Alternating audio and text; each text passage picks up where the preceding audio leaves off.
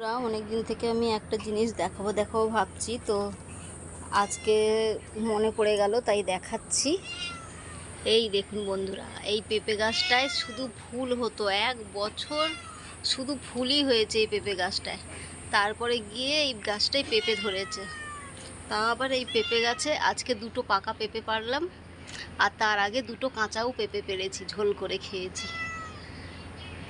তো কি সুন্দর, তাই না বন্ধুরা? 1 বছর পর এটাই ফল ধরেছে। কি সুন্দর পেঁপেগুলো ঝুলছে।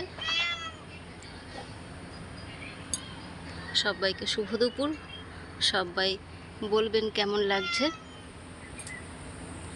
তাই তো। আরেকটু এইটা দিয়ে দেখাই, পাশটা দিয়ে। এই দেখুন কেমন লাগছে পেঁপেগুলো। এই 2টো পেঁপে তো একসঙ্গে ঝুলছে একেবারে একই সমান হয়ে।